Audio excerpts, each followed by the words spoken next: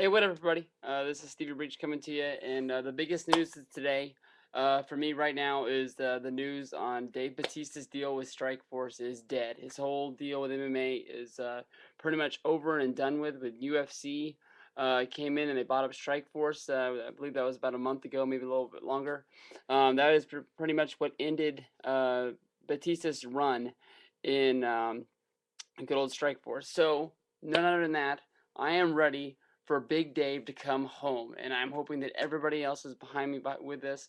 Batista, great wrestler. When he left, he honestly left in what was the biggest run of his career. I can't think of any other time when Batista was more over than he was when he came up through Evolution. Finally turned on Triple H at WrestleMania. They gave him his first run of the title. Honestly, in my opinion, I still think that Batista was a little green due to his age. I think that McMahon knew that he had to pump in the dollars into Batista, as soon as possible. Like, let him just, work it out on the road. And that was it. Batista is a guy that honestly got started, into wrestling real late in his career. He's a diamond in the rough that he came in at that late. I believe he started wrestling at the age of 32. The only guy that I've known that has a success like that is Diamond Dallas Page. Diamond Dallas Page is the guy that started wrestling right in his early 30s as well. He climbed his way up to world titles. But Diamond Dallas Page really had to, bite, scratch, and claw to get up to the world title in WCW. Batista's a guy that sort of got shot through developmental in Ohio Valley. He honestly said he didn't learn anything there under Cornette, and basically thought that it was a big waste of his time to be there.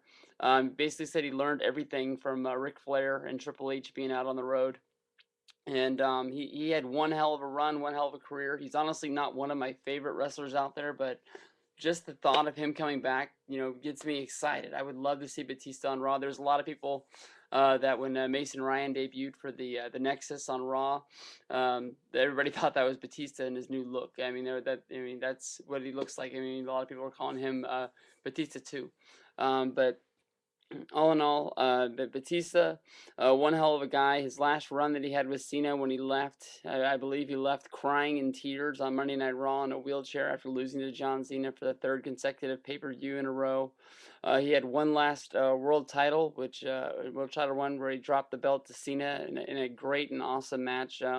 I've never known Vince to let anybody go out that way, to leave to go off and do his other thing. I've seen him and put guys over, when they say this could be their last match, their career's over and done with.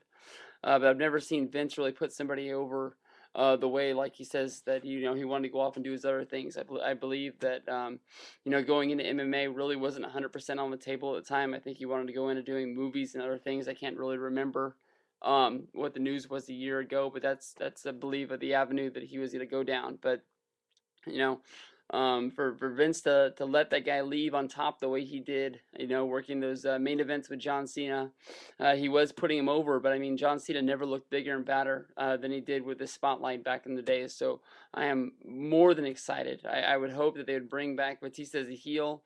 If you bring him back as a face, yeah, I'm still gonna pop for when he comes out, but I think it's gonna wear off. But Batista as a heel works for me, and I would love to see Batista back in WWE as soon as possible. I'm talking about right now.